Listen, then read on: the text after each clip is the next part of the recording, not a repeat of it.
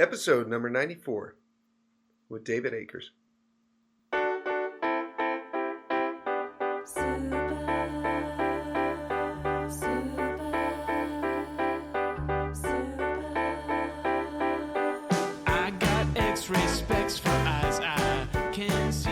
Welcome to the Heads Up Poker Podcast.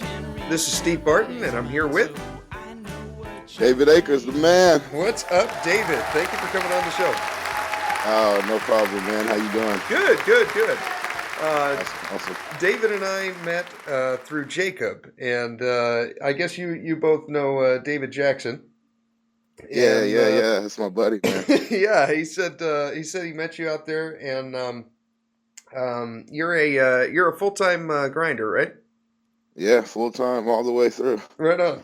And what do you primarily play live, or do you still play on Bovada or online, or? It's kind of a weird question now.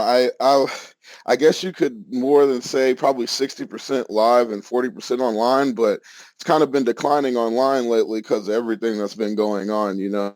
So if I play online, I like to play ACR. Okay. But their structures are a little long for me, you know, and the rebuys and yada yada. So I've just been playing a lot more live now, and it's been working out. So okay, yeah, they do. They let you in with, you know, all the way down to like 5 big blinds sometimes in some of these tournaments. Oh yeah. And I'm definitely not mad at that. I understand for some people, you know, they love that structure. For me, you know, if I put in $11 and I got to grind for 12 hours to get like 1,500, it's kind of needles me a little bit, you know. So if I do anything, like I was on Ignition the other night, and I mean, I like that little $55 tournament they still run as Bovadas, but that's fun. Yeah. Other than that, I try to stay live, man. Okay. And where do you play at? You're on the East Coast. Man, there's no set place where I play. I kind of follow the circuit, you know, or if I'm going to a little tournament series, that's where I'll go and play. I mostly play tournaments, but I mean, of course, I grind out cash. I mean, I can't help myself, but you do. So you play 2-5 cash, or? I play 1-3 and 2-5. It just depends, you know. I'd much rather. People always tell me, they look at me funny. Why are you playing 2-5? I mean, why are you playing 1-3?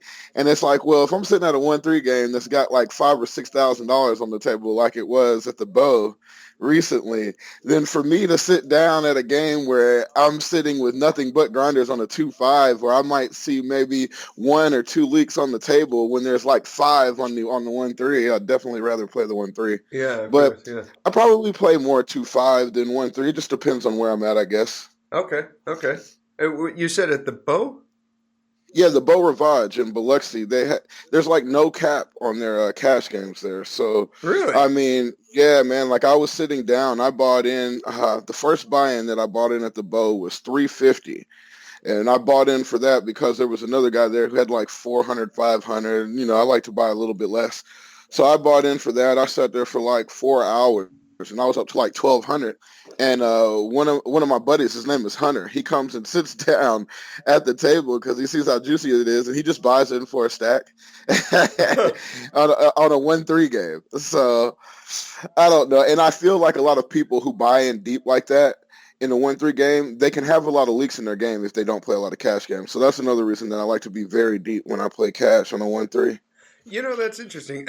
We just had a professional cash grinder on the table, on the show last week, and he was saying the same thing. He plays 5-5 out here on the West Coast they can have up to 300 big blinds when they buy in, and he said the advantage comes from the last $500. He said like the first 1,000 is, you know, you're just kind of trading money with people at the table. And he said that last 500 is where the pros are never going to put in that last 500 with the second best hand, but the amateurs will. You know, so yeah, for sure. He said that's where you make your money. And so can you buy into that 1-3 game with like $600 or the one that I was playing? Yeah. You could buy in for whatever you want. I don't think there was a cap. No shit. Huh.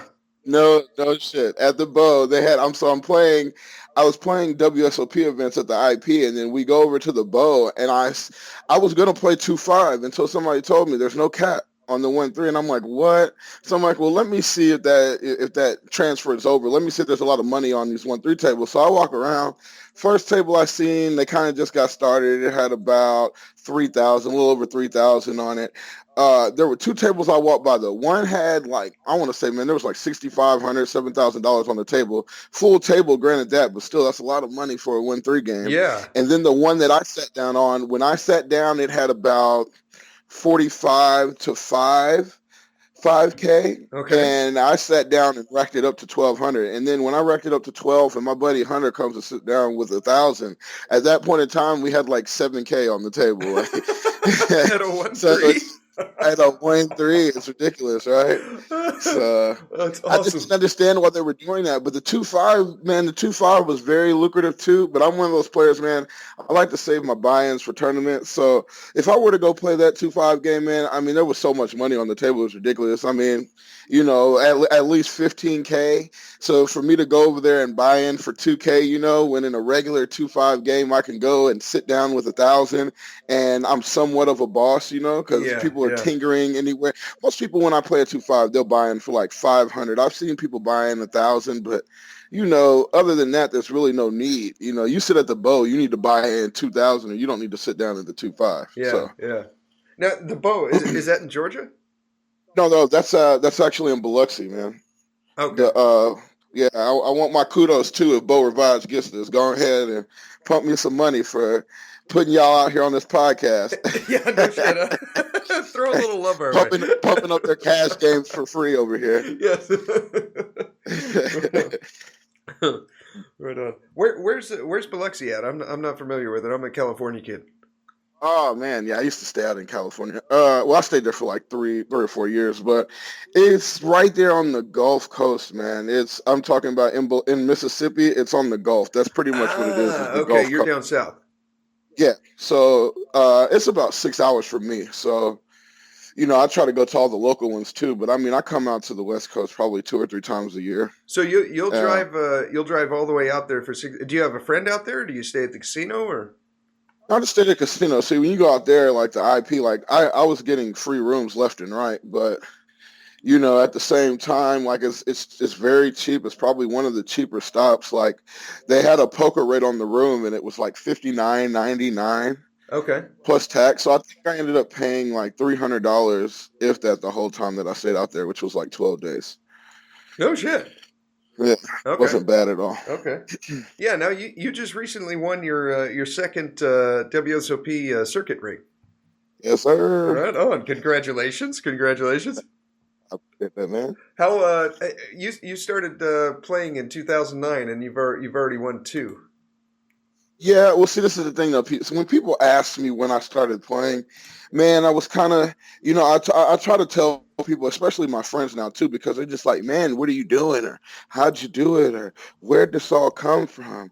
I've always had it. My problem has been focus, and my problem is I never wanted to listen to people who were better than me or doing better than me.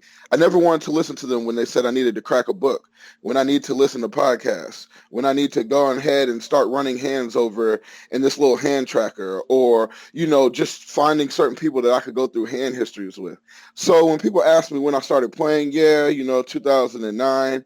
But if you look at my results, man, you Hendon mob me, you won't see anything credible. To me, I like to represent myself as of the summer 2015, because that's totally when everything broke down for me. I understood the game in a different way. I was in it every day, but see, the difference was I didn't have money then. I wasn't in it every day as in, oh, I'm playing every day and hopefully I'm picking up information. I wasn't even playing. So I'm studying and I'm retaining all this information, and I couldn't wait to play for like 30 days. No lie. I was working at Waffle House in the summer of in the summer of 2015. Because, man, you know, you as a poker player, you're just very sporadic. If your mind's not right and you're not handling your money right, you crash, you burn. That's what happens. You're better to off everybody. not playing at that point. Yeah. Exactly. So I crashed and burned, and this was about April 2015, and then all my friends are going to Vegas for the summer, and I'm jealous, and I'm like, man, like I could be going, but I'm just not that smart. And it wasn't necessarily that I was playing bad, I just wasn't managing my outside life well. Yeah, And spending a lot of money and yada yada, and thinking that I'll just get it back. You have to separate your bankrolls. yeah. So I went broke, basically studied up, did a lot of things, and I want to say it was October of 2015. I got third place on Bovada for 16K, and it kind of solidified because that was the second tournament that I had played since I had went broke. The second total, I played $11. I can't remember the guarantee on. I think it was $11 8K guaranteed the night before, which was a Saturday. And that next Sunday, actually, I played the satellite. I played two satellites to get into the 100K. And then I get in and I get third place for 16K. So Huh. that's kind of where I solidified like, damn, everything I'm taking in is kind of making sense. And I couldn't write down for people how it was making sense, but I understood now, like I'm in situations I don't even understand how I know this, but I know it. Yeah, yeah. Or like someone's bluffing me and I just know that they're bluffing me. And it's so obvious that they're bluffing me that I think that they're not. Like I start out thinking myself, the game was just coming to me a lot more. So if you look at my results from the summer of 2015 on to now, that's when I like to rep myself as a professional, as someone who's taking advantage of the opportunities that are coming to them. Because before, and I think a lot of poker players have this problem now, is they get into these situations, they get deep in these tournaments, and they don't own in on their skill. They don't do what they know best. They end up playing someone else's game, and then before you know it, they make a mistake. They were 20 something people away from 50 to 100K, but they had a mind fart for 2 seconds, or they didn't take the situation that they were in seriously. I know people take it seriously, but it's so easy when you're playing with bosses at a table and you're down and the money's right there. It's so easy to just go for it and then realize afterwards you made that mistake. You So know, what I tried to do when I'm in those situations now, every time I'm in a situation where I'm like, man, I can thrive in this. This is the reason that I play. I try to zone in. I try to lock my stack up, but at the same time, keep it open and go for the gold. Beforehand, I was just playing and I'm getting down and I'm hoping that I get there and I'm hoping I get these cards, but it's a different thing now. It's my confidence. When I sit down, if you put me with 24 people left, yeah, go ahead and give me 10 big blinds and I'm still not scared. And I think that's a situation that I thrive in now that I didn't before. I didn't take advantage of every opportunity that was given to me. Instead, I look back on it and I'm like, man, that was such a good opportunity and I kind of fucked it off. there's moments, especially as a tournament grinder, where 99% of the time, maybe even more, that you put into tournaments playing, it's that 1% where you find yourself and you look around the room and you started with 1,000 people and there's 15 left, and you're like, this is why I've been playing this entire time, for this moment right here. And Exactly. that's the time that you can't be thinking, this is hour 15 or whatever it is. Like, you just got to focus and you got to be in the moment, and That's exactly what I was trying to say. You right, have to, you in got to be situations, you right have to be there. in the Yeah. moment. That's what I like to do, man. When I realize it, and I'm like, man, I need to get in the moment. If I'm not in it, I mean, it doesn't even take me a lot because I'm very motivational. To me, people tell me I'm a very motivational person, and I'm very motivational to myself. Like, I can easily pick myself up. I've been through so many down times, but that's the thing, man, is you have to live in the moment. What I do, man, is I look up, I look around who's playing with me. I start to think about other people around the world who have it bad, that can't be here, people who are looking for water, people who are looking for food. And then I realize that I'm sitting around at a table with a bunch of privileged people, playing for some serious amount of cash. Where else can I do that? Yeah. So once I get myself in that mind state and I'm like, okay, let's get it. I have nothing else to lose. That's where I'm feeling in the moment and I'm trying to take in everything. When I look at my cards, I think for 5 seconds before I do anything. I used to not do that. I don't even know how long I used to think, but now, ever since I heard, just look at your card and think for 5 seconds, it's taken a lot of impulsiveness out of my game. That's a So good tip. exactly. So, a lot of people's impulsions that I see now is I've never seen people do this more in my life than now, and I don't understand it because to me, mathematically, it doesn't make too much sense. But anytime most people, amateurs, when they look down at their cards for 3 seconds and then they try to look away, most of the time they have a big hand, right? That's what I assume. Yeah. Until they go all in. It screams ace king every time. I think people are so impulsive with ace king, it's unreal. Even later in tournaments, they feel like they have to play it.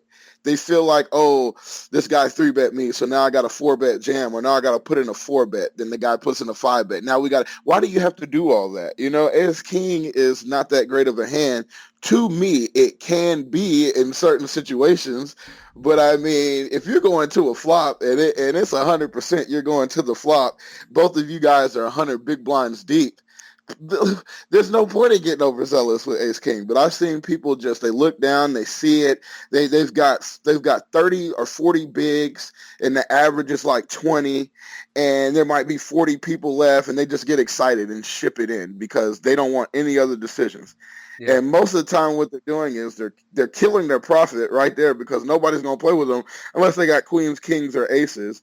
And even if they got ace king, that's a gamble to them. You don't want to be calling off 40 big blinds or 30 big blinds with ace king, Yeah. So I think a lot of people's impulsiveness comes pre-flop. You know what I mean? Some people have that little impulsive decisions that they make post-flop, but a lot of the times I don't think those are educated. I think people just feel like they have to make those moves.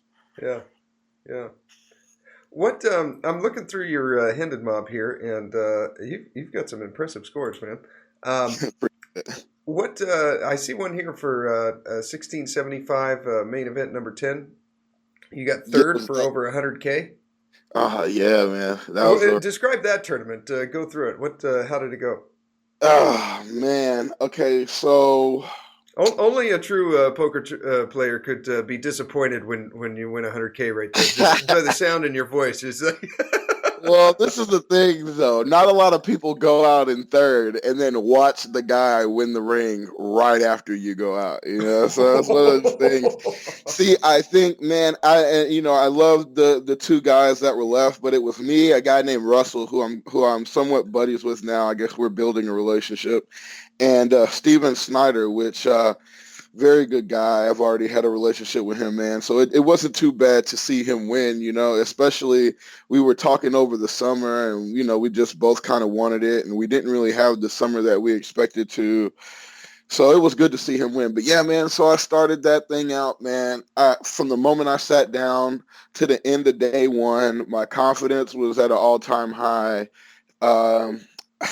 I can't even explain how I was seeing the cards. It was just a different game that I was playing. I knew that I was playing a different game than a lot of the people that I was sitting with, and I had a really, really good table draw too. So that helped me out on my first day, and I think I bagged like 345K or something like that. Okay. I was like I want to say I was like top 4 or top 5 in chips when day one ended, and we go to day two, and day two was kind of a sporadic. It was one of those things where, because I pumped myself up a lot, so I wanted to make sure that I wasn't going to go up in here and just start balls to the wall 3-betting or just firing at every weak pot that I see, or so I kind of went in with the mentality I'm just going to mellow in, and I kind of did that. I mellowed in. I started with like 345. I think I got down to like 260 at one point because I was just not trying to get so involved and trying to make sure that I got into the cash, because it's one of those things inside of my head. A long time ago, I bagged a chip lead in this tournament, and then I went out before the money, which was like 20-something people left to get the money. So now it's one of those things that are just always in my head. Like, I never played a cash, but when I go to a day two and there's like 30 people left, I want to make sure I cash every time. It's called ICM.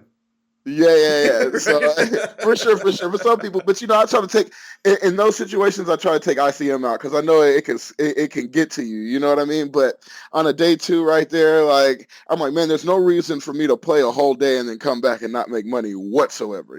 So yeah. I made sure I did that. So I kind of went down to about 260. And then after I saw it cast, I just started going balls to the wall. Can't even really explain the things that I was doing. But there was a guy to my right that I saw. He opened 2.5x under the gun, and this guy 3-bet him to like 6 big blinds, and he just snap mucked it under the gun. So I'm like, damn, if he's opening light like that under the gun, he's probably opening light everywhere else too. So, and I like to kind of mess with people. I play mind games with people. I kind of want them to just. It's a cat and mouse game, and I kind of want them to keep fighting back, or keep coming at me. I kind of like to look at it kind of like as a snake, there's my mouse running around, and you just kind of chilling there, and you waiting for him to get close enough, and then you snatch him. Yeah. Well, that's kind of what I did with this guy. Every time this guy opened, I stopped looking at my hand because there was a couple times where I was like, oh, this is a really good spot. And then I looked down at 8-3 and it kind of scared me off of what I was doing. So at a certain point of the game, I stopped looking at my hand. And every time this guy would open 2.5x, if he'd open a 4, I kind of left it alone because I think one time I seen him open the 4 big blinds with like 8s or something. Okay. So anytime he would open a 2.5, I would 3-bet, and I'd make it anywhere from like 5.5 to 6.5 BBs. Now, when you say you stopped looking at your hand, you flick your cards up like you're looking at them, but your eyes are not actually on your cards. You already know your decision. Exactly, because there's assholes at the table who are watching your every move, so you have to act like you're looking at your cards. Yeah. Can't not look at your cards and do this. So I'm over there acting like I look at my cards. I really don't. When this guy is opening 2.5, I'm making it anywhere from 5.5 to 6.5 BBs, and he just had no answer for it. He had no idea what to do. There was a hand where I had been doing this probably for a couple of hours. I think I had done it like 4 or 5 times to him already when he opened. And he opens again, 2.5. I click it back to him. I want to say, I can't remember exactly what the blinds were. I want to say the blinds at this time were like 4 and 8, and the guy makes it like 20 or something stupid like that, 21. And I come back over the top of him and I make it it was something stupid because in my hand, I remember I looked at my hand this time. I had ace 8 and I was like, okay. I was like, I probably have the best hand, but I want him to believe that I have the best hand. And I didn't want to go overboard with it. I think I overthought myself, and I basically inclined him into a call when he called was what I was thinking. So I 3-bet, and I want to say I make weird raises. So I made it like 58 or 59, something stupid like that. And he snap called me. Right. He finally had enough of your crap, and So I was like, okay, and I was like, okay, so he's trying to make a stand with his hand. So I'm sitting over there trying to put him on a hand, like, I'm like, okay, what does he got here? Like ace 10 suited. I would have came back over the top, but he wasn't coming over the top of me at all. So I was like, okay, I'm trying to put him on somewhat of a hand that you could take a stand here with. King, queen, maybe even if you were scared, ace, queen, ace, jack.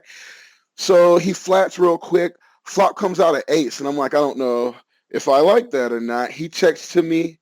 I check back. Turn cards irrelevant. He checks to me. I bet. He shows me queens. So right there when he shows me queens, I'm like, oh, my God. This guy is not going to 3-bet. He's not going to 4-bet me. He's not going to 4-bet me. Yeah, so it just opened up the floodgates even more, and this guy had no answer for anything that I was doing. It was like, he kept calling. It was at a certain point he got mad and he kept calling me, and then he'd have to fold because he didn't have anything. Yeah. I'm not too sure because I couldn't see his cards, but man, I kind of dwindled that guy down. So for day 2, I literally didn't do much. I caught a couple big hands against other people and literally just ate off of this guy the whole time.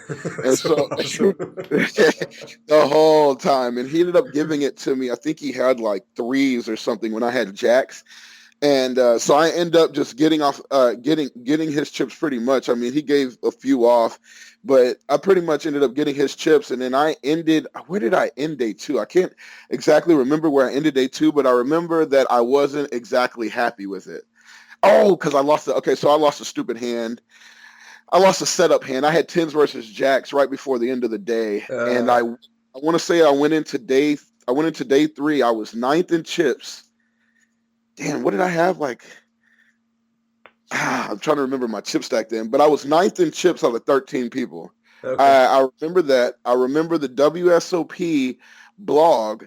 They were blogging everything, right? Now, I don't know if they were blogging everything, but this is one of the few stops they were on point with blogging. Yeah. And they didn't put my name. I had so many huge pots that I played in the first and second day, and they didn't put my name anywhere, nowhere to be found. Not a Like, single mention? a single mention, right?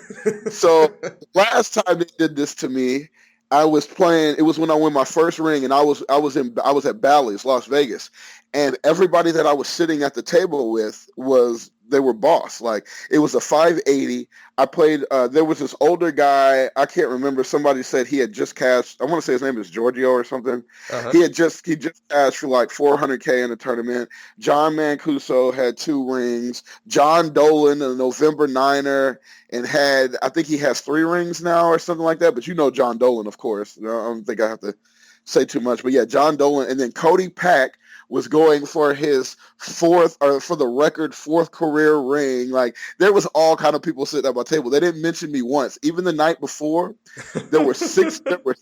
I'll never forget something like this. There were 6 people left, right? And they go down the list of everybody who's left. They didn't say my name. The only way that anybody knew that I was one of the 6 people left was because you'd have to go in chip counts, and then you would see there were 6 people left, and then you'd see my name sitting by chip count. They were like, oh, and then coming back, and they don't even. no. This is the first ring, so I hadn't won a ring yet. I'm sorry. Okay, yeah. I played so many big pots. It was like, how did they not say my name? I was so boisterous, and people were liking me. I can't help but be loud sometimes, so I'm just like, how did they not mention my name? It was almost insulting to me, because when they said it, they even went down it, named everybody's accolades. They didn't say 2-time ring winner John Dolan and 3-time ring winner Cody Pack and David Aker. No, they went through everybody's credentials and didn't even mention my name. Yeah. So maybe that's the juice you needed to pull it off. That's what I told people, man. I went up in there fired up, man. Yeah. I said, I guarantee you today, I'm about to sling these chips around, and they're gonna know I was there. Whether I go out the first hand or whether I go out the last, we playing for it all. I'm gonna run this. Yeah. And that's what I did, man. I just went in, balls to the wall, man. I think John Dolan too, man. It was just really, that's when I knew I was doing something right. I took him out. He went out in third. It was a race though. I had pocket 8, he had ace queen, and he comes up to me afterwards, and he was like, yeah, man. He was like, no fear. He was like, keep that. And I was like, okay, so I'm doing something right. So then I end up, that's when I win my first ring. So this time they don't mention me again. This is in Cherokee. We're going to get back to the question you asked me. So they don't mention my name again, and we're going into day 3, and I'm 9th in chips. So, I felt kind of insulted. I had won a ring by this point, and I felt, man, maybe they could say something about me, put one hand out there with me. Yeah. So I knew that coming out on the day 3, they wouldn't have no choice but to blog about me if I was involved in, just doing what I had to do. So yet again, I came in, I was like, I'm about to go guns blazing, and that's pretty much how it happened, man. I was probably all in more than anyone on day 3, period. Like, I don't think it was even close. I was in flips. I would win them, but there was only one flip where I was natural or truly all in, and that was when Josh Turner called me. Me and him were in the small and big. And I don't know if you heard about Josh Turner. He's on a tear lately. But anyways, me and him end up getting it in. He's got ace queen versus my 7s, and I hold. And then after that, it was just one of those things where I was playing big pots with people, and I didn't really care to be all in if they didn't have that many chips, So I just kept putting pressure on people, applying the pressure. I knew that they were looking at the ICM. They're looking at the money. Everybody's trying to move up. There were certain people, though, that were going for it. So those people who were going for it, I kind of knew to kind of stay away from, because naturally they were the ones who were accumulating chips slowly but surely, and everybody else who was trying to make that money was slowly declining, and then things just started happening. They're trying to ladder, and it's costing them the win. Exactly. Yeah. I think that some people were too worried about it, because at a certain point, when you get to like 40K, Yeah. You know, I know it feels good to move up, but when everybody's got chips, who are you think is going to take this guy out? You know, Yeah. so Yeah. it's like a couple short stacks, and then there were a few people that sit back. We had like 30 big blinds. Another guy had like 40. So it's like it's not like we're trying to play huge pots with each other, and then let the little 6, 7 big blind guy just walk away with 100K. You know, it Yeah. was things where we're all just eyeing each other, and we knew that we were too good, man. We were too good. But like I said, my buddy Russell, he ended up getting second. I'm gonna put on this podcast. He should have got third. He knows that. I was just going. It was me, my buddy Russell, and then my buddy Steven Snyder. And man, what's that guy? I want to say his name is Stu. He's bald headed. I think he's from the West Coast. He's got a bald head, but he's got a huge goatee, and he's won like 3 rings, I think, in one stop. We had him on the podcast. Scott Stewart. Scott Stewart, man, really Yeah. awesome guy. Yeah. He just won. He just won another ring like a couple of weeks ago. Yeah, I just seen he tweeted or he put something out talking about his 6-figure score. He's been waiting for it. Yep. I was happy because he should have got it then with me.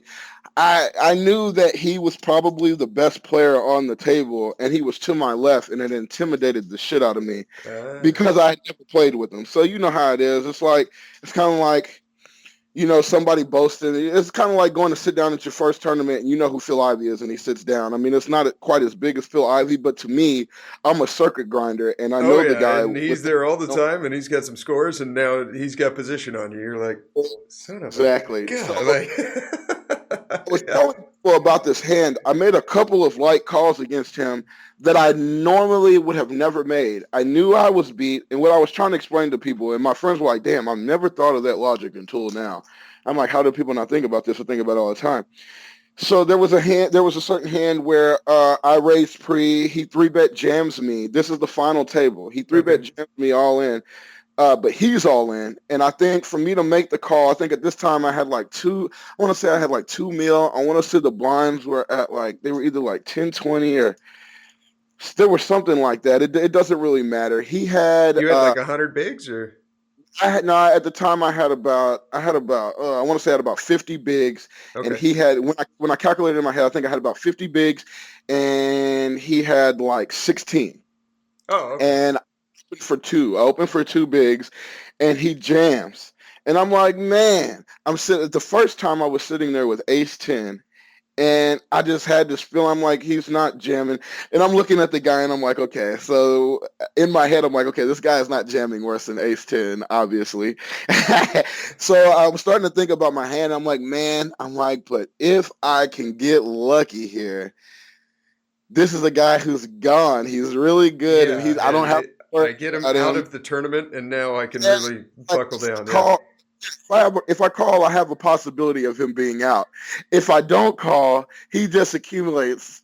I mean, it's not a lot of chips, but he would have moved up to like 20 bigs, a little over 20 bigs, and that would have been a force not to mess with right there. I was just like, so I make the call because I would have had I think I would have had like 35 big blinds left, and I'm just like, screw it. I feel like I'm a good enough player. I can get him back, or, who cares? Let's just go for it. So I make the call. Sure enough, he's got ace king. He holds.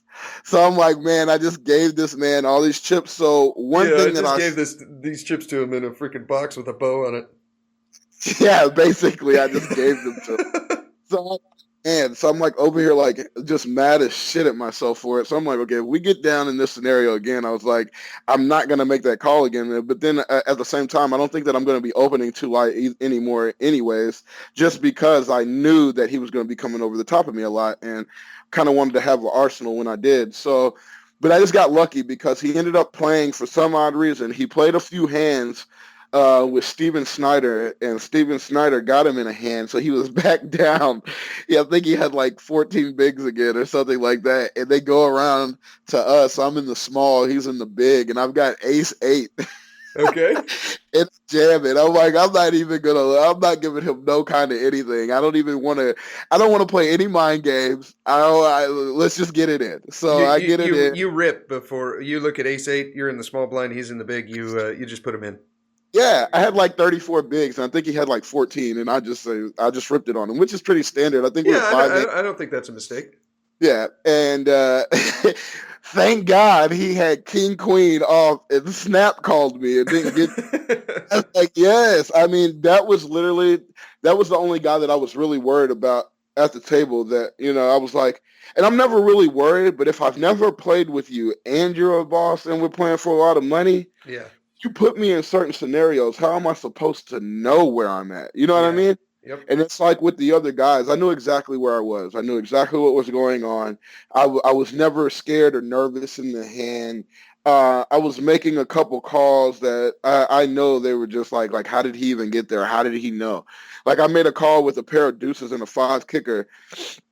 I don't want to get too much into it, but there was a flush and a straight on the board, and I just knew the dude was sitting over there holding ace king or ace queen with his tight ass. And sure enough, and another thing is he missed a bet. If he'd have bet on the turn, it'd have been a little bit more believable because it was a jack high board. But he bets flop, checks turn, and then he tried to put this weird little bet out on the river and make this call. And he's like, "How do you make this call?" But to me, I feel like anybody who's as good as me, you don't even have to be as good as me. You just have to understand that spot well, could have made that call. It was an easy call to me. He just didn't understand it. So I knew that playing with the other guys, I had a little bit of an advantage because they were probably like giving me more credibility than I should have. Yeah. Yeah. And that's why I felt so happy about taking them out, man. But yeah, I ended up getting third. I took a shot. I had 6-3 suited hearts. Board comes out stupid board. It comes out what was it? Queen 6-3 was Okay. so Steven Snyder raises from the button. He 2.5 x'd it. I flat him. And what did you have again? 6-3 of Oh, hearts. so you flop bottom two pair. No, my bad. I'm sorry. It was Queen 6-4 with two hearts. So Okay. I have middle pair. I have With a middle terrible pair kicker. the flush draw. Okay. And I check, and Stoddard puts a bet out, and I started to flat it because we were pretty deep. I had like 40 something bigs, Okay. and I could have easily flatted this, but for some reason, see, this is what I'm talking about, that little second, that little millisecond Yeah. where you should just own in and be in the moment. I was not in the moment. Yeah. I was like, I'm going for it. I felt he had a huge hand. I can't even explain it. And I knew that he was going to make the call. I knew it'd be hard. I thought it'd be hard for him to make this call, even if he's got ace queen, just because it was so many big blinds that he'd have to take a second and think about it. But I'm going to do this anyway. So I end up just jamming all in, just trying to get it there. I'm like, man, if I win this, I could pretty much win the tournament. He snap calls me. He's got pocket aces and he shows it over. And he was just like no fear whatsoever in his eyes. He just and he stands up. So then I flip over 6-3. It was almost like you could see his knees tremble. He was like, and that's exactly what he said too. He was like, "Oh shit!" He was like, "He's got a flush draw and a pair to my over," and I'm like, "Oh my god!" So you can see it already. Yeah. I'm sitting there. The turn card, no lie, is a 3. It was a 3 of diamonds. Ooh. And I literally just like, I can't even explain this. I'm like, oh my God. Like, I'm like, I just got there. And then they throw a damn queen on the river to take me. Counterfeit. Yeah. So we had been playing for like 3-handed. We had been playing for like 2 hours, maybe a little bit more than that. And it was because Russell's trying to sit around and wait for this damn cast jump. Me and Steven are playing a lot of hands with each other. And so when I go out in third right there, I literally, the very next hand, watched Steven Snyder win the main event ring. After playing for 3 hours, 3-handed. Yeah. So you kind of get a gist of how the table was going, or who it was either going to be me or him that won it. I thought. Yeah. But yeah, that's how it ended up. I wasn't mad at the man, But when I looked back at it, man, I was just mad at myself because I feel like that's where ICM comes into play and where I should have had it a big part of my game, but I didn't because Russell was sitting over there with like 14 or 15 bigs, He didn't have a lot of chips. It was just me going for the gusto. That's where the call on the flop comes into play. Exactly. I should have flatted. Yeah. But saying that, hindsight, same scenario happens because I knew that he had a big hand. When I turned my 3 right there, I check to him. He's gonna bet unless he's just trying to keep this pot small, or. But Steven was gonna bet his aces right there. I'm fairly certain. If he ever hears this podcast, I would put my balls on it. But he would have bet at the turn there, and I would have just check jammed him. I knew he had a big hand, so I knew he would probably call off. The only hand that I would be scared of for him to call me right there is queens. But I know that he wouldn't have been betting queens on that flop. So we would have got he's just got the board crushed like that. Yeah, we would have got it in on the turn, and it would have been the same result. It would have probably been more gut wrenching than the way it happened. Yeah. When I get it in, I'm behind, and then I catch up, and then I'm behind. If I would have got it in the head on the turn, and then he would have smacked me with a queen on the river, I'd probably still be devastated. Yeah. Well, you know what, David? I've got a hand here from a tournament I played at my local casino. If you want to do a little strat. Okay, let's do it. Okay, this is let's see. There was 38 players in this tournament. We're down to 12. It's a $100 buy-in, I think. It's either $100 or $200. They run I can't remember which day I played it, but $100 or $200 buy-in. Competition's pretty soft. There's it would be described as the guy we had on the podcast last week. He described it OMC, which means old man coffee. So have you heard that term before? No, but that is hilarious. I've heard the term. I don't know if you know Will Souther. No, I don't. Poker monkey. He's kind of a big guy out here, but he calls him old man run goods. Yes, that's another way to describe it. Yes. So I definitely get the term. Okay. Yes. Okay. This hand is with an OMC, an old man coffee. Okay.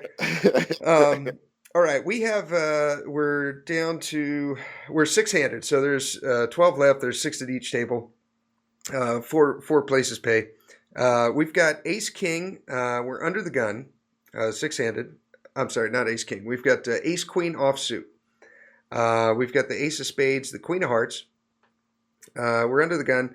We've got a stack of 42K, and with the blinds at 800, 1600, and a 300 ante, we've got about 25, 26 bigs. Yeah.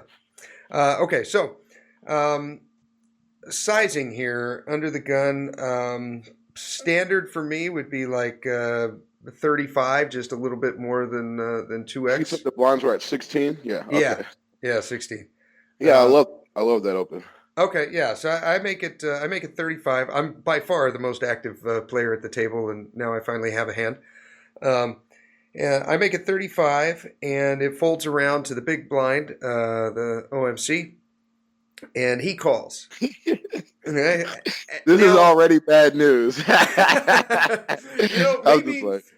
OMC isn't the best term. I mean, he's probably in his late 60s, early 70s. Is he flatting a lot? He is. He's a calling station, and he Look, he's got any two.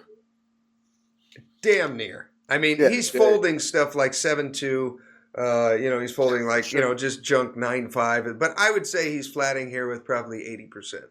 Yeah, for sure. Yeah, okay.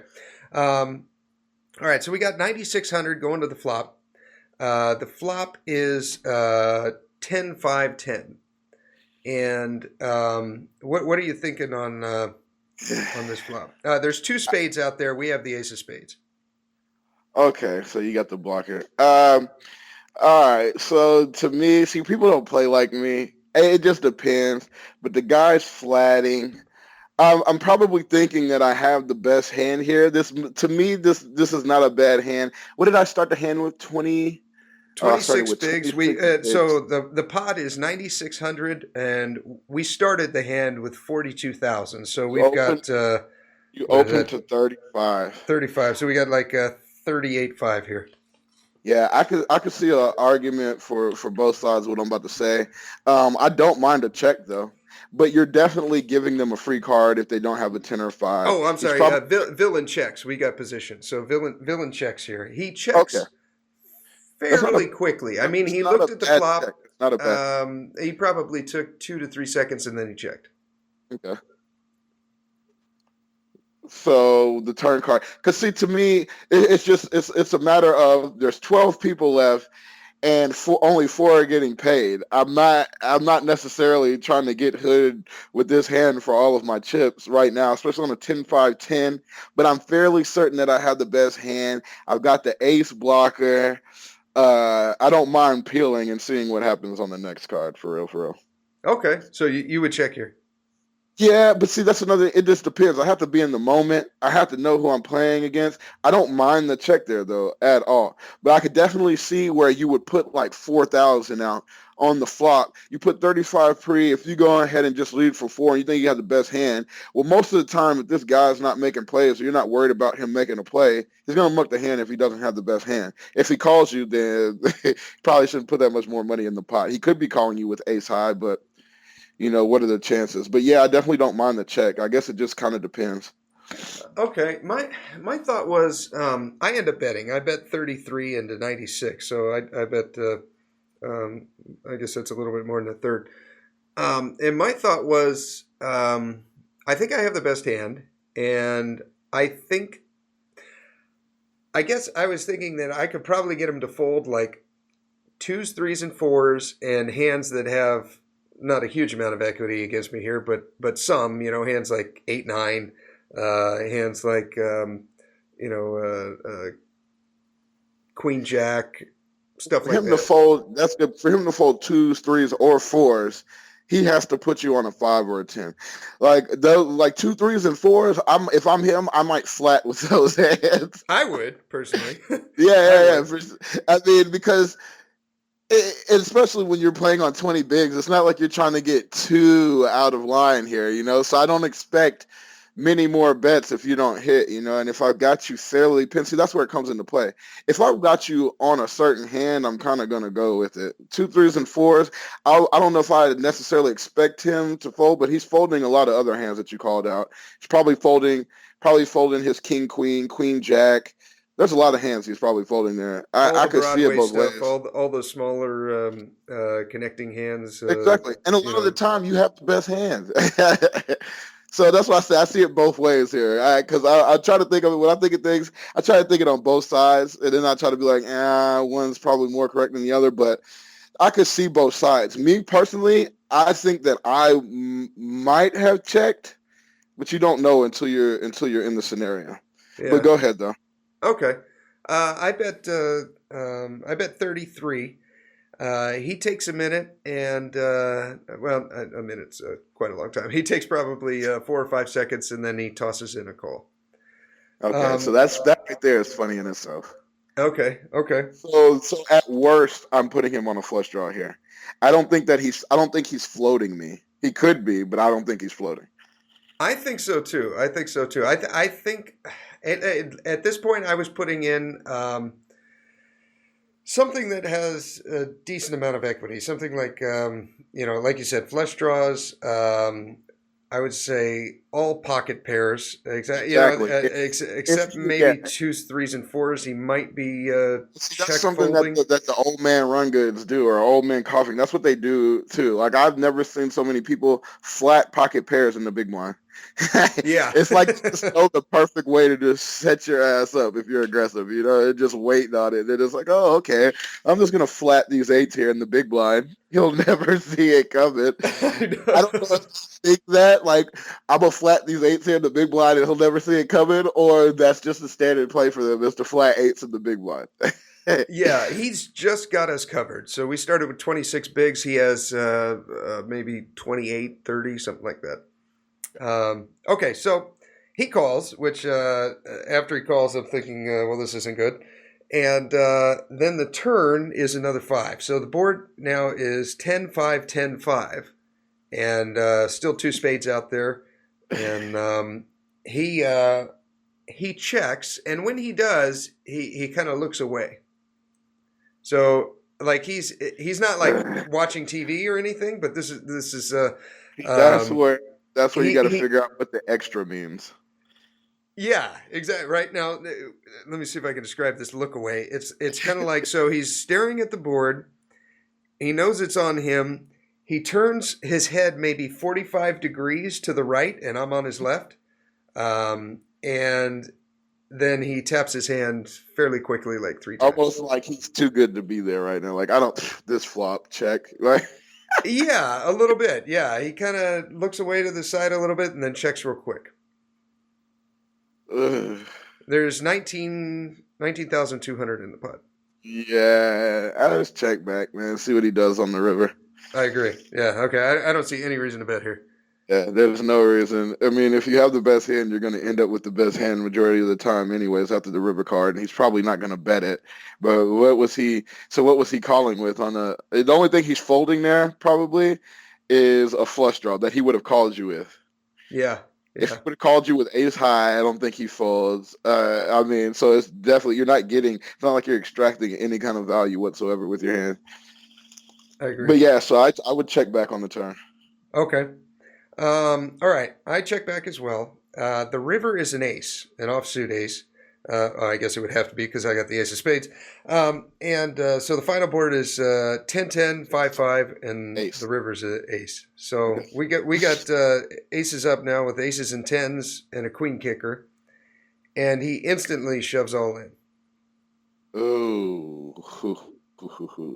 There's 19,200 in the pot. We both have 2,600. I'm sorry, 19,200 in the pot. We both have 26K behind. So he overbets the pot, but I know this guy has absolutely no clue of how much money's in the pot.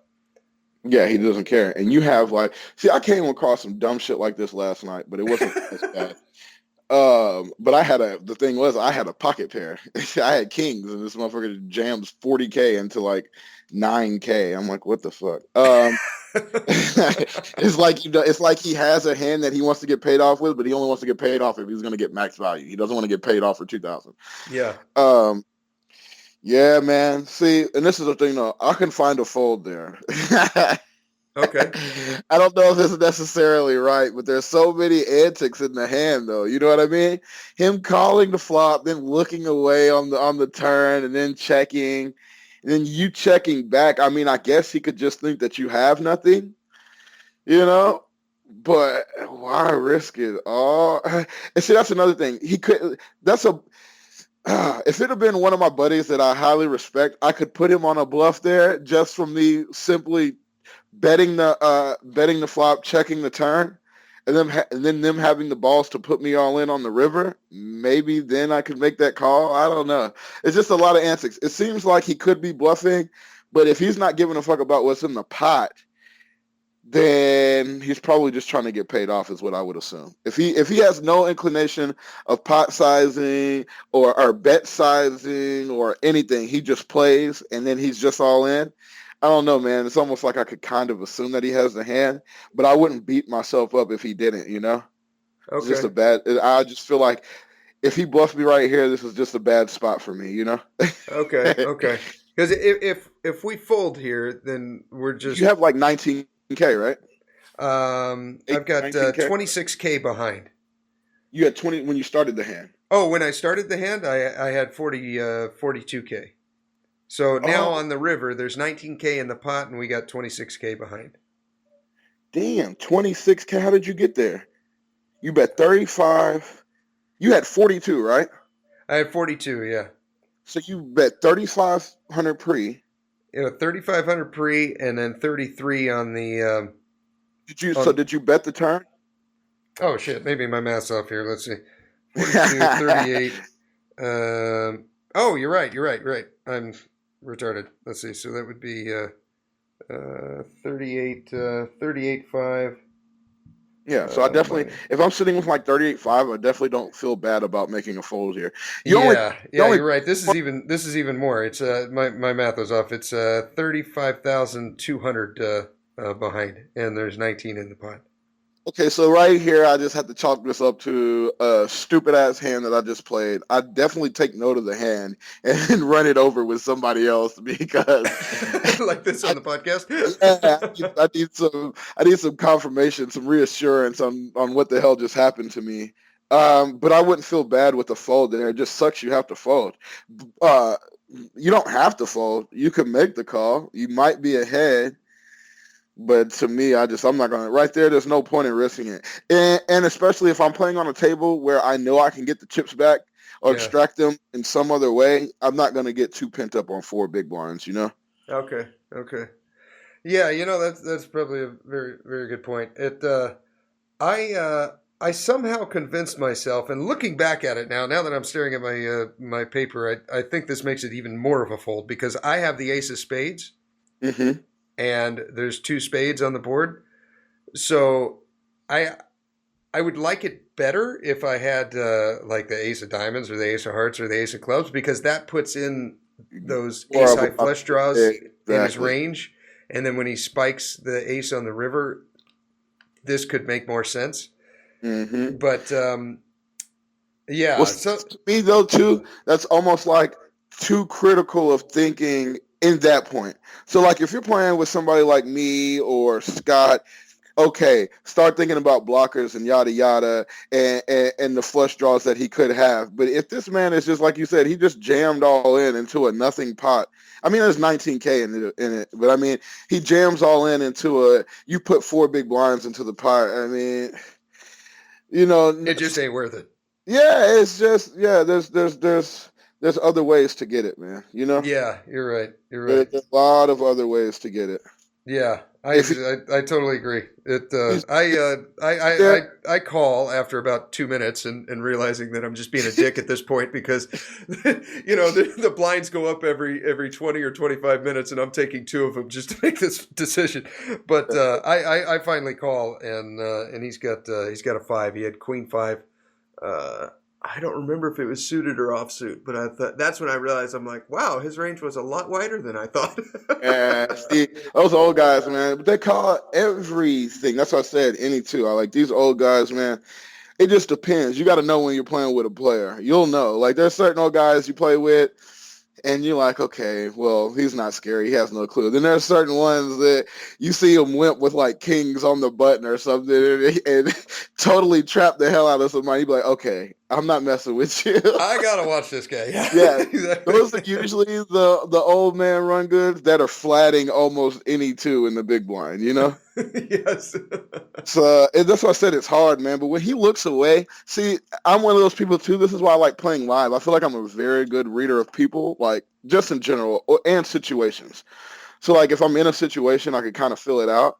But then like there's a couple things you told me there that I would have already been on pause. You know what I mean? Like when he Yeah. looks away and then checks, it's like, well, what does that mean? Why is he adding that into this hand? He doesn't Yeah. do that every hand. So what is he doing right now? Oh, is it like I said the look like, oh, I'm disgusted. I check or whatever. I check. Go ahead. So the check to the better kind of thing. I just Yeah. Yeah. that right there is funny. But see, that's one of those things right there too, whereas in checking, okay, so on the flop, on the 10-5-10 flop, you're fairly certain that you have the best hand. You got the ace of spades, there's 2 spades out, and the guy checks to you, pot control. To me, that's one of my biggest things that have escalated my game as well. So in certain situations where I've lost all my chips, I would have lost all my chips. When I pot control, I find that they're only getting 1 or 2 streets of value, and most of the time, it's not even the sizing that I would have put out. So I end up definitely losing the minimum with certain hands. So I think like right there, if you would have, it's not a bad bet on the flop, but if you would have decided to check that, right? Yeah. 5, and then the 5 comes on the turn, more than likely he's probably going to check it to you right there. You know what I'm saying? Now, if anything other than a 5 below a 9 comes out, I could see him maybe leading out and then you just fold because you just, fuck it. He can have it. We've got nothing. Yeah. Exactly. And there's no point unless you're just going to really grow the balls right then and there and say, I believe he has nothing, and then try to do. But I mean, it doesn't feel like you would do that in this sort of hand. It just seems like you definitely he would only got 1 street of value from you Yeah. because you're gonna call. I mean, what's he gonna put out now? If he goes all in on the river and y'all ain't put out no streets of value, not on the flop or the turn, and Yeah. he's just and he probably has it, and there's no point. But I don't know. It's just a fun, like I said, funny scenario. But when people are doing all these antics and shit, a lot of the times, sometimes, even if I feel like they might be bluffing, if I can find a better spot, or I know that I can get these chips back through somebody else, and it's no big deal, and go ahead and have it, I Because need to take note of that, especially in these little local tournaments where you look around the table, and before you even play a hand, by far you're the best player at sitting down. I need to quit taking these huge gambles, and when I'm sure that he has ace king, and there's no reason to gamble with a pair there when you can just as easily steal like two big blinds this next orbit. exactly. Steal the blinds twice this next door. It's like, yeah, yeah, that's a good That point. happened to me last night, though. This guy, I had kings, and the guy, long story, I'm not going to go through all the shit, but long story short, I find myself on the river. The board was Jack 9-9. What was it? Jack 9-9, Jack 9-9, Jack something. The other one doesn't matter. But it was a pair of nines and a pair of jacks on the board, and I've got pocket kings. And almost similar scenario, except for I kind of screwed myself and I caught myself kind of being funny on the flop. The board was Jack 9 something, Yeah. and I caught myself being funny and checking my kings, trying to induce some action. Well, the Jack comes out on the turn, and what did he do? He let out for something stupid. It was something small. I want to say there was like 2,000. It was like 4,000. There's roughly 4,000 in the pot. This motherfucker bets like 2,100 or something. And I'm like, okay, easy still here. He's definitely trying to rep a jack. Why would he? I'm thinking most people would check a jack here. So I make the flat, intending to call anything that he bets on the river. And then this dude jams all in. It was like nine. Oh, It was like 9,000 in the pot, and I was deep as shit. I want to say after this, I had like 40. What did I have? I had like 40K or something. So this guy jams all in into 9,000, and he had like 30 something K, like 38. I'm like, what the hell could he possibly have here? I was yeah, like, I know he's just trying to push me off of a hand. And if he is, then more kudos to him. If he thinks that he's just pushing me off of ace high or whatever the hell it is, then more kudos to you, man. I let you bluff me in this hand, but I don't have a problem letting not letting people bluff me, but to me, there's no point in calling right there because I can easily get the chips that I put into this pot back in one hand easily from somebody else. So yeah, there's no real need for me to make this decision for basically my tournament life when I'm just not sure. I'm just kind of like, what the fuck does this mean? yeah, I think I'm really good at understanding that, I'm going to bluff people sometimes and people are going to bluff me. That's just the way it is. Their bluffs are sometimes going to get through, you know? yeah, So yeah, if I find somebody in a certain spot and I'm like, wow, like this is a really good bluff and that's not necessarily profitable for me to call. I mean, I can concede to them. Now if there's money in the pot, you know what I mean? And this is a huge decision, totally different than the scenario I'm talking about, yeah, The yeah, scenario I'm talking about is we don't have to make this call or we don't have to get involved, but we choose to because we feel like he's doing this or we feel like he's making this play. But in hindsight, our call is never profitable. We were just going on the inclination and the hope that he didn't have what he was holding. yeah. You're right. You're right. That's very well put. We Jacob sent me a hand that he played on a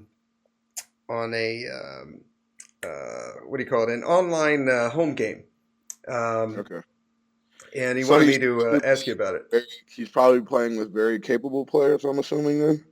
Well, it said it's a 32.50 buy-in, $32.50. He said there's 12 total people, um, He's probably and playing, yes. okay, all right, He's probably playing with some capable people. okay, So now you have to expand your mind a little bit. yes, right on. Okay, the blinds are 75 150, and there's a 20 ante. Okay, Okay. we're five-handed. So he says 12 total people. We must be down to five, I would assume, How many big because blinds do you have? he starts with what's he got here? Okay, under the gun has 3,500. Okay. Um, And he's under the gun?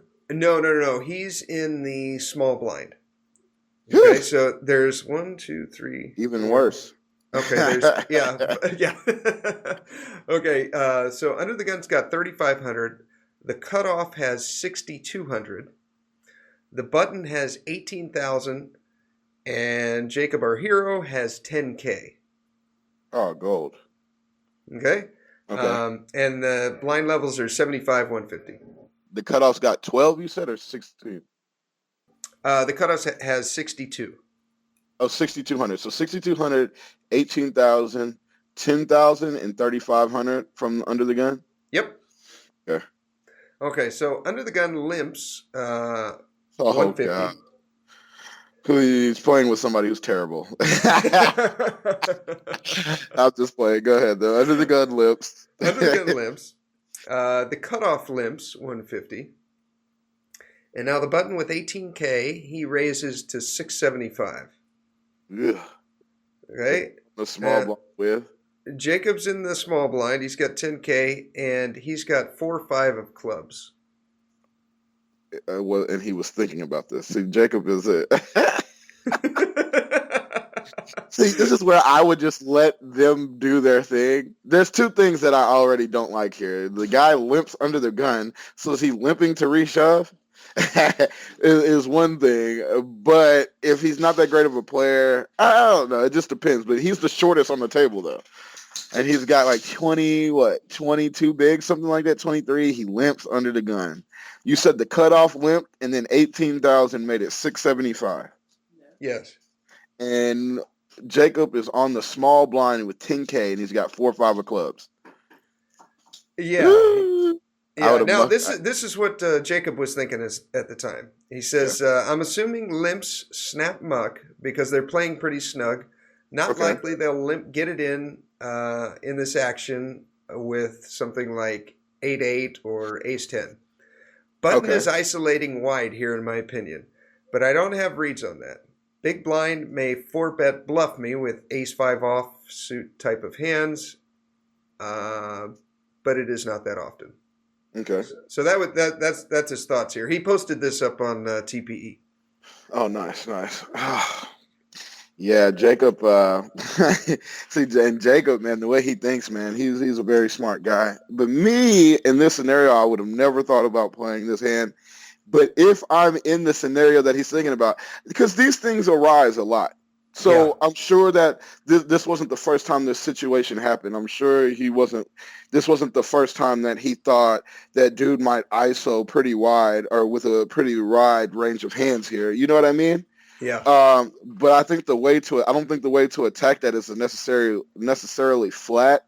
So if I'm going to play the hand and I know that I can pick up dead money, because he said he doesn't for sure have a read, but I mean, if I'm going to play the hand and I kind of have the feeling or I have the gut that this guy is pretty much trying to isolate with a pretty wide range of hands here, and I haven't been very active, okay, I can definitely see you.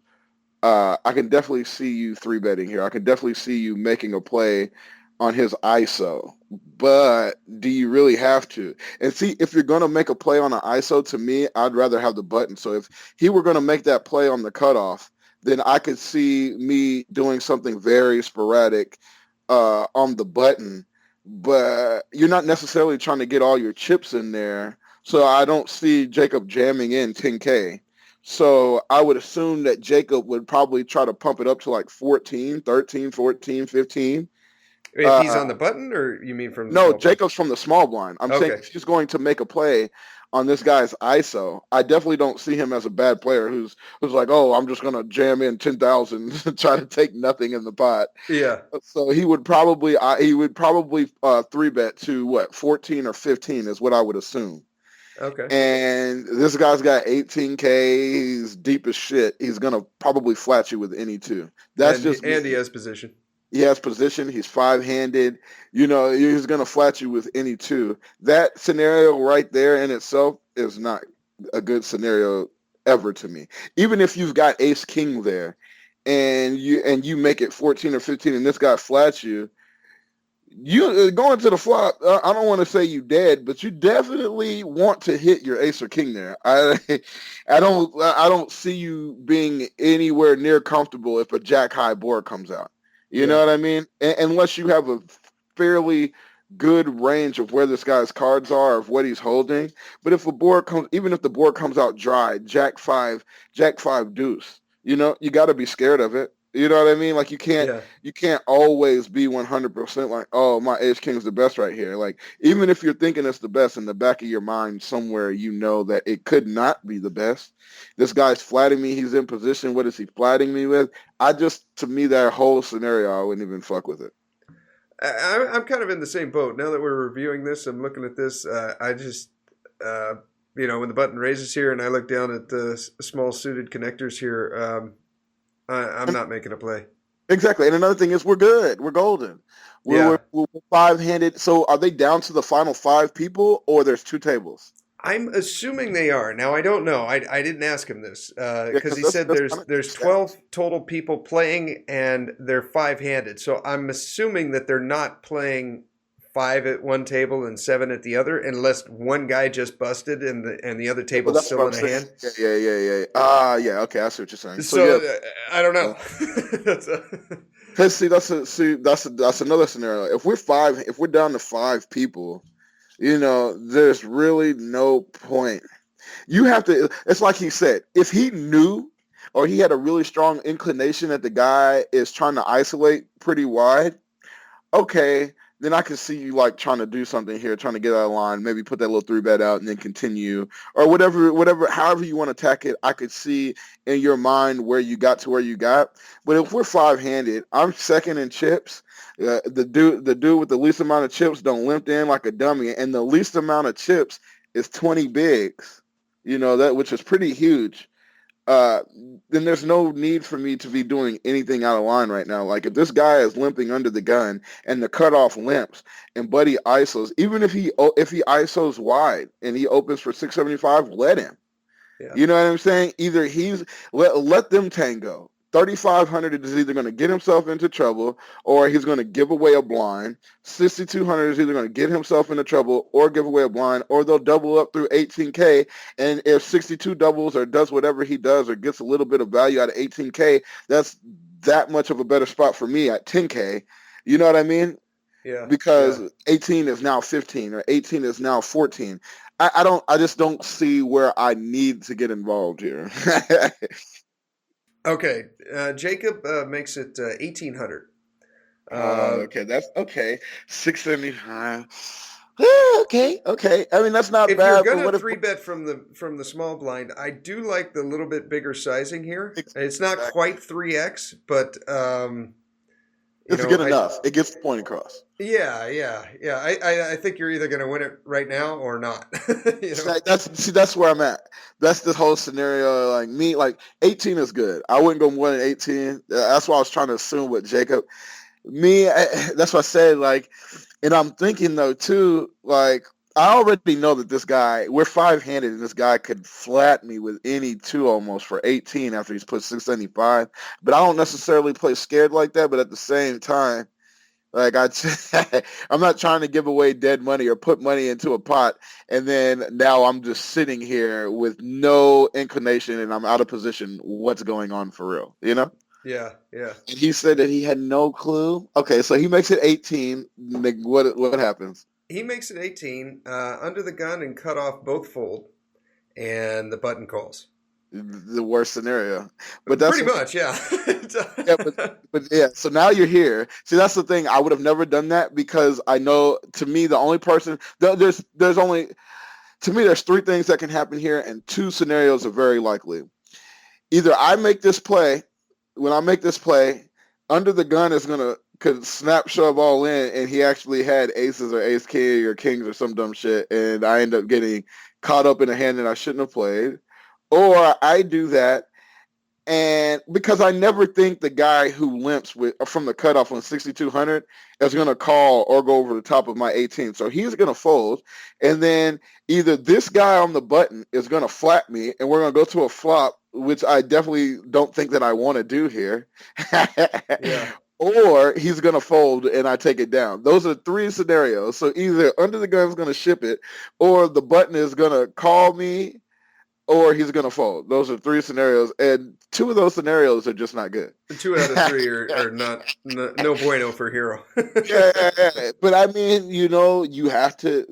These are the things that win tournaments. So too, sometimes you gotta get balls and go balls to the wall and do things that people don't expect you to do. And I've done things like this too, so I could especially if I'm trying to rep a big hand here. If I just said screw it and I'm just gonna try to rep a big hand no matter what, okay, I can see his thought process there. Yeah. But yeah, so Okay. he flats the 18. He So he flats made the it. 18. Okay. So the total pot is 42.25. And the flop is 9-7-4 rainbow with one club, and we've got 4-5 of clubs. So we flop bottom pair with a backdoor flush draw. See, these are funny ass situations here. Well, me personally, I know somebody who would argue this point, but I think that they're very stupid. But you can't check. Okay, You know what I yeah. mean? You've already put yourself in a spot to where 9-7-4 is the nut board, right? But I mean, what were you three betting? If you check it automatically, he's automatically might assume you had ace king, ace queen, and he could take it away from you, or you had nines or sevens. You could check aces there, but why? I'm trying to think of all scenarios that could possibly happen. But myself personally, if I make it 1800 pre, I'm about to put he's got too many chips. So if he didn't have as many chips as me, I'd put a dumbass 1600 something out there. But if he's got a little bit more than me, I'd probably put out 22. Probably try to put something respectable out there. A little bit more than half pot. Yeah, I feel like this hand is with the bottom pair here. I feel like we kind of got a donk. Well, we're not donk leading because we raised, but I feel like we got to lead out here. Well, you almost have to lead here. It's like if you check, you're What are you doing? Check calling, or you know what I mean? Exactly. So if you're checking, you're hoping. I guess you're hoping that he checks back so that he can give you some kind of inclination that you have the best hand. But even then, if he checks back, he could have had nines or sevens. He could be the one that's sitting on aces and just giving you another card. I don't know, man.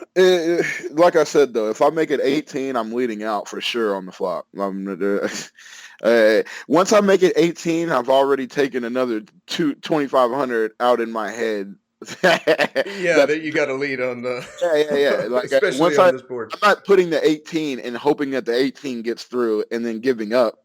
If I decide to go with the 18, then I'm probably going to follow through on the flop. That's just how I. Okay. Jacob says Jacob checks and Villain Oh checks. my god!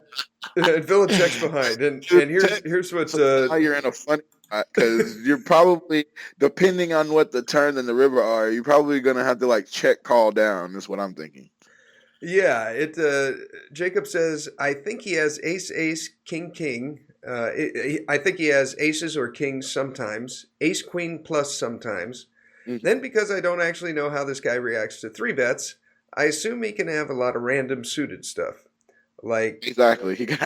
Queen 8 suited, King 9 suited, stuff that I should fold, stuff that should fold, but gets 3-1 and decides to gamble. Okay, so that's what he says. So it goes check, check.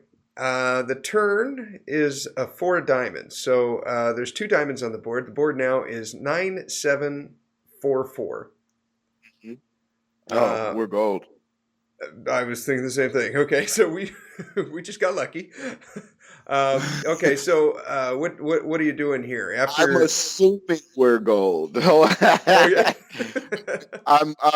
Well, okay. So I don't know the results of the hand. I haven't clicked the reveal spoiler tab yet. So no, I'm saying pocket nine. I'm right along with you here. I feel like okay, now we just either outdrew him or or he's been behind the entire time and. We either outdrew him or it was a very bad card for us. Yeah. So if I check, let's say I check flop. He checks back 9-7-4, and then I catch the 4. Okay, I'm definitely going to lead out now, but I'm going to put out like so right then and there, so I'd probably put out like 2,000. You said there's like 4,200 in the pot. 42.25. Yeah. Yeah, so I'd probably put out like 2,000 or 21 and see what he does with it. Because it's a nice size bet. I could get some ace high calls here. If he has ace queen, I could definitely get an ace queen call here. Like I said, he's repping pocket nines, pocket sevens. He could be repping aces, kings. So I want to see what he's repping. I want to see what's happening here. If he flats me, I'm definitely gonna bomb the river here. Okay. I was thinking a little bit smaller. I was thinking something like 18, but Yes. I kind of like your bigger sizing, I guess, because then that gives you the opportunity to get it in on the river. Well, yes, that, but also, okay, so I don't know. I feel like people are more inclined to call bigger bets with nothing than they are some people. I know this doesn't. Yeah, then these small little value bet. Yeah, Yeah. so if I bet like 16 or 17, I made it 18 pre, and then I'm checking the flop, and then I bet this on the turn. Where the hell? I mean, I'd have to be the dumbest person live or the person with the most courage to put that 1,600 out there on the turn and, Yeah, yeah. and to the chip leader. It just looks super nutted. But yeah, so where were we at on the turn? Okay, so yeah, I probably would have bet like 2. I feel like people are more inclined to call bigger bets, when they feel like you're bluffing, maybe with ace high, than just to give it away. Some people might call there. Like, see, I switch my play up, man. I switch up how I'm doing things. I'm a lot of a field player. So to me, it just seems like he wouldn't be bluffing me with 1,600 right there, but he could. I don't know if you necessarily want to give the pot away. It just depends on who you're playing. 16 is not a bad bet. 20 is not a bad bet. But to me, I feel like people are more inclined to call when your bets are stronger. So if I were to bet half the pot and I'm literally trying to rep a hand here, I think that ace high would be more inclined to call me than if I were to bet like 18. And it's like, why would he bet 18 if he knows that I'm going to call him with ace high here? You know what I mean? Yeah, yeah. Okay. So it kind of just depends. What Jacob says is okay. So on 9-7-4-4, and Hero's got 4-5 of clubs. So we turn trips. Jacob says my range for him is basically the same. So he put his range as aces and kings, ace queen plus sometimes, and then the random suited stuff like queen 8 suited, king 9 suited. My range for him is basically the same, but instead now maybe like 2 combos of 9-9 in addition to that. So Jacob checks. So not. No, go ahead. I like that. I think he said 2 combos of 9-9. See, that's I was like, where is he at with the 9s and the 7s there? But yeah, go ahead. Yeah, okay. Jacob checks, button bets 1,500. I call. Okay, that's not a bad check. Okay. Okay. All right. Now the pot is 72.25, and the river is 5. So we got 9, 7, 4, 4, 5. So we turn and river we turn trips and river a boat. The guy bets 1,500 on the turn. That's strong. Damn, man. Yeah, most of the time you want to feel like you have the best hand here. 5 comes out. And Jacob is sitting on how much now? So Jacob called off 1,500. So he bet 1,875. So he was sitting on like 8,200, 8,300. Let's see. Started with 10K. He bet 1,800. Yeah, so then he's and then called 15, and then he called the 15. So now he's sitting on like 67. And the guy bet 15. River comes, man. I could almost say a check call is not bad here, but I wouldn't want to lose value. I don't know how other people play. How I play, if the guy is repping the hand and he's telling me that if the guy has the hand here, if he's got 9s or he's got 7s, he's going to come over the top of me. If he's got just aces or kings, he's going to flat me. I'd probably lead out for like 23. Since he wanted to put that stupid 1,500 out there, I'd put 23 out and see what he does with it. If he jams me, man, I almost feel like I have to fold my hand, but how do you fold? Why would you think that you're not good here? What's your thinking? I would never not think that I'm good here. I would always think that I'm good here. But the Okay. guy is checking back a flop and then putting out 1,500 on a paired board on the turn. So I mean, he could have ace high, but I mean, he's screaming a huge hand to me when he checks backs and then he's putting nothing out there because you basically told them you have nothing. So by your flop check and your turn check, you basically have told him that even though that you have trip fours, you told him that you pretty much have nothing. Yeah, you've got ace queen or ace king, Yeah, and you're yeah, just yeah. missing You and three checking it bet down. and then you check. So when this guy bets 15, I'm assuming that he really, really wants a call here. So Yeah. he could Okay. have, Whereas he if could he have, bet like 22, like we were talking about, that it looks more yeah, it bluffy. looks more so. Yeah, it looks more like he's trying to rip a hand rather than he actually has it. But he, like I said, he could be with a paired board. He could have ace high and just be trying to see if his ace high is good. It's one of those things. Is the way I played the hand, the way that he played the hand, I'd probably check. I'd probably check call the river. Or me myself, I have a lot of discipline. I know that I can lead out. It just depends because you got to be in that scenario. But I know that I can lead out. And if the guy comes over the top, what hands does he really have? Because he would have flatted me with everything but nines or sevens. Yeah. Yeah. Yeah. But Okay. me, in the way that he played it and him checking the turn, check calling the 1,500, I would have just checked and either lost value or lost the minimum on the river. I'm Okay. cool with that. I would have either lost value or lost the minimum is what I'm thinking in the hand. Okay. Okay. So you would have The check other called? thing is if he has ace high, or let's say that he was betting with nothing on the turn. If you put a bet out on the river that he was never going to call anyway, but he was planning to go ahead and bet on the river, I can see where inducing a bluff is also not bad there. You know what I mean? Because if you really feel like you have the best hand, it's a really funny scenario for you, and a lot of the times you definitely feel like you have the best hand here. But the way the hand played out, like how you know, it's not like he never repped nines or sevens there. Yeah. You know, Yeah. if there was a point in time where I was like, oh, he can't have nines or he can't have sevens, I would definitely feel a lot better. But now I don't feel. To me, it's like when I get in situations where I feel like I might have overthought myself. I don't mind losing the value there and then realizing, oh shit, I overthought it. Whereas I would mind losing a majority of my chips because I don't know how to explain what I'm saying. It's like I don't feel bad giving up value right there that I could have made with a bet.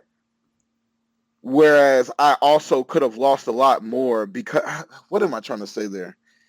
Um, Basically, I wouldn't feel bad. Okay, so I'm not gonna feel bad if I check there and I had the nuts and the guy checks behind me and then he shows two kings or some dumb shit and I'm like, oh, I lost value here. Whereas then I put myself into a spot where I really have no idea and then the guy jams me and I end up making this call with 4 or 5 and then he shows me pocket nines. I'm one of those people, I make peace with myself. I don't feel bad checking that river there and him checking it back and me seeing that I was wrong, I Okay. can laugh at myself there and be okay with it. But I wouldn't be okay with myself if I were to lead out and put myself in a bad scenario and then the guy puts me all in. Now I'm stupid mad at myself. You see what I'm saying? Yeah. Okay. So Okay. it's a scenario that I could have avoided. I didn't avoid. I chose to lead out. And now this guy comes over the top of me and then I make the call. I would rather just check call there the way that I've played the hand Okay. because it's not like he's not repping it. If he was repping anything, if he bets the flop, I'm 100% sold that I have the best hand. He checks the flop and then puts that funny bet out on the turn. Well, now even though I have a full house, it's definitely not the nut. So to me, in my head, the way that I've played the hand, it's either a bluff catcher or like you said, it's a bluff catcher or you're inducing a bluff. That's how I Okay. would chalk it up in my head. Okay. Jacob checks. The button tanks for 30 seconds and then bets into a 7,200 pot. He bets 35.75. Now, what Jacob says here is he says, because I think villain range is only a couple of ace-4 suited combos, 9-9, and then all that air. I don't know if I could feasibly raise this for value. My friend said he would, and after discussing it, he still would, but I want more thoughts. I don't think ace-ace plays this way, but maybe it does.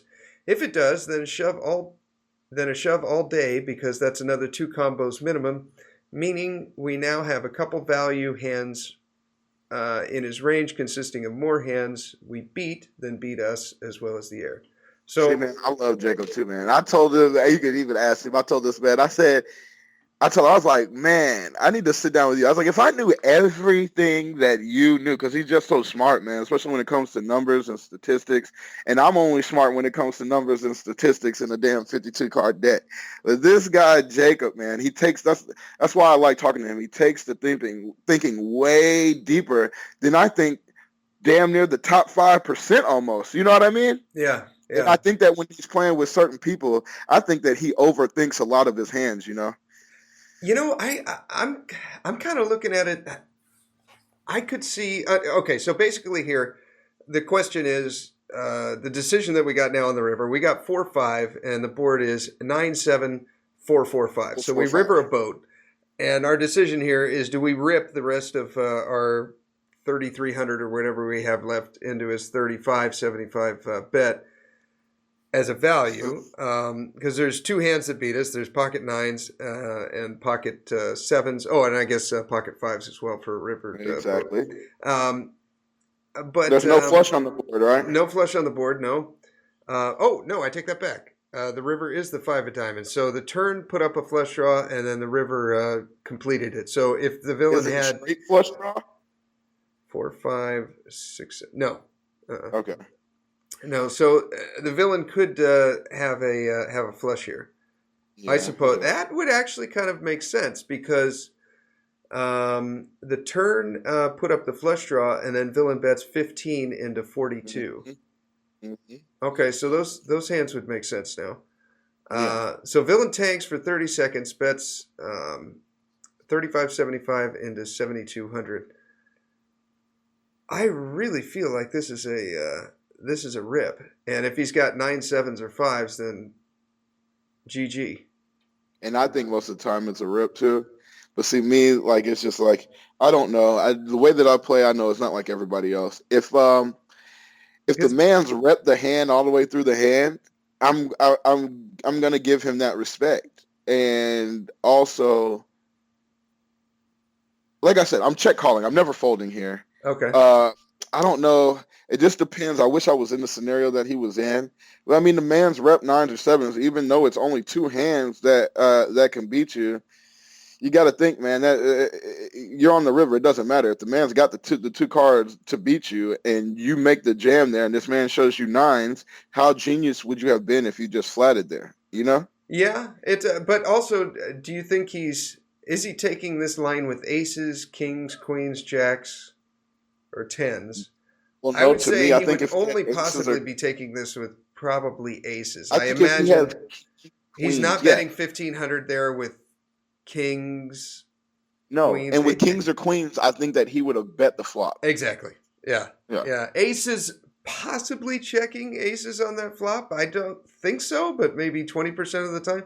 But then other hands, like he said, like king 9 suited and stuff, he's probably calling the 3-bet there because he's going to be in position. So I think this could almost be a value bet from like king 9, ace 9, 9-10 suited. If he's, I could see myself calling a 3-bet there on the button in position, with a hand like that flops well.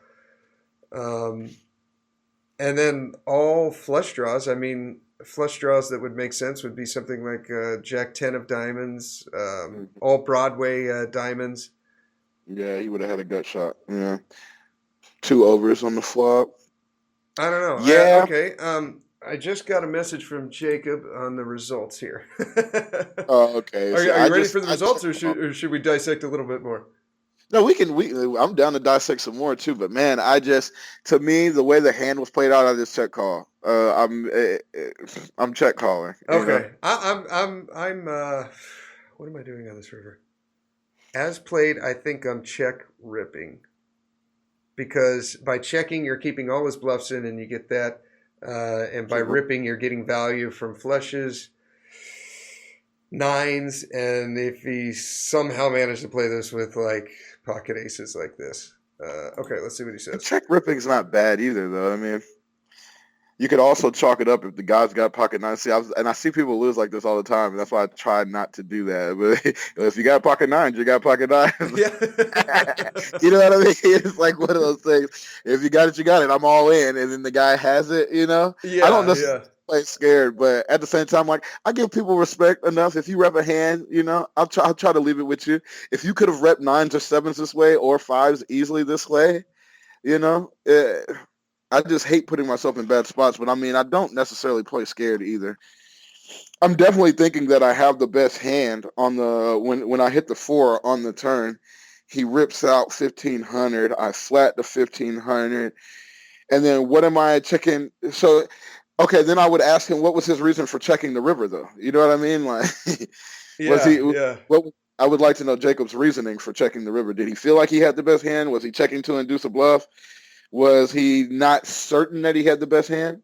If you're not certain that you have the best hand and you really feel like the guy could be holding nines or sevens and you're trying to soul read, that's where I tell you I don't feel that bad flatting and then seeing later on, damn, I missed value. Whereas I would feel 20 times as worse as if I was like, fuck it, I'll get it in here. If he's got nines or sevens, he got it. And then he's got nines or sevens. Well, I just took away my damn tournament life when I didn't have to. You know what I mean? Yeah. I could easily flat it here, and then now I'm in the same boat as Buddy, who's about to be in the big blind, who now has 33.75 minus the big blind, so now he's got 32.25. You see what I'm saying? Yeah. So me and him are now in the same boat. I don't know, but I don't mind a check rip there. You know what I mean? Like I'm all about going for it, and if you feel you got the best hand, you know, get it in and double up and go for it. But I just feel like I would have check called there. Okay, he says, let's see. As I was texting you, he had ace queen offsuit. I think yeah, he just had a bluff, so he wasn't calling our rip anyways. Exactly. I think given that pre-flop, this is just a prime 3-betting bluffing spot. He needs to open his 4-bet range up. He can easily get it in if I have 4-5 suited here because I also have 9-6 suited, 8-7 suited, and all that jazz. As played, I think he just needs to check it down and beat my ace-jack off kind of hands, but I'm not sure. Thanks for your input. Yeah, exactly. He had position. So what? See, that's the thing though too. It's like, why is he checking the flop? His hand makes a lot of sense now, but it's either like we said, it's either really strong or it's really bad. Or it's just so him. Yeah, exactly. And he wasn't calling anything else. I'm gonna go get your talk. He wasn't calling anything else, but so Jacob ended up check calling, huh? He ended up check calling, yeah. See, he would have never. And see, that's another thing. You would if dude folds there, you never see his hand range. Like you would have never saw he had ace queen there. Yeah, that's which true. I think is huge info. I mean, yeah. To me that's fairly huge that he's flatting. I mean, you're seeing exactly how he's playing every street with ace queen on a 3-bet board when he tried to ISO pre. I mean, there's so much information to be picked up there just from seeing his cards. Yeah. Thank you for coming on, David. This was a lot of fun. Oh, yeah, for sure, man. Anytime, man. Anytime. Right on. And if you want to show the podcast a little bit of love, you can go to our website, HeadsUpPoker.Poker. Click on the Support Us tab. We got links in there. Bookmark Amazon. The next time you buy somebody something on Amazon, then throw it out. But up right now. Where you're? What's that? Heads Up Poker. HeadsUpPoker.Poker. Oh, that's awesome. Yes, and Jacob actually designed the website. Oh, that's pretty sick. HeadsUpPoker.Poker. There we go. Right on. Well, thank you, David, and thank you for tuning in. Here is your weekly motivational speech. Your dreams seem like a far-fetched creation, but it's never too big for your actions to reflect your imagination. Well, how is that, you might ask? Because no step towards your dream is an unworthy task.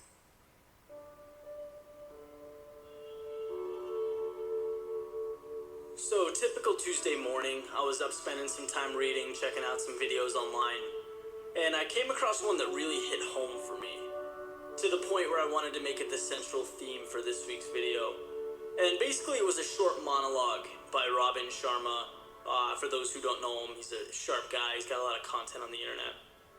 And what he said specifically that caught my attention was that to have the results that only 5% get, you need to have the guts to do what only 5% are willing to do.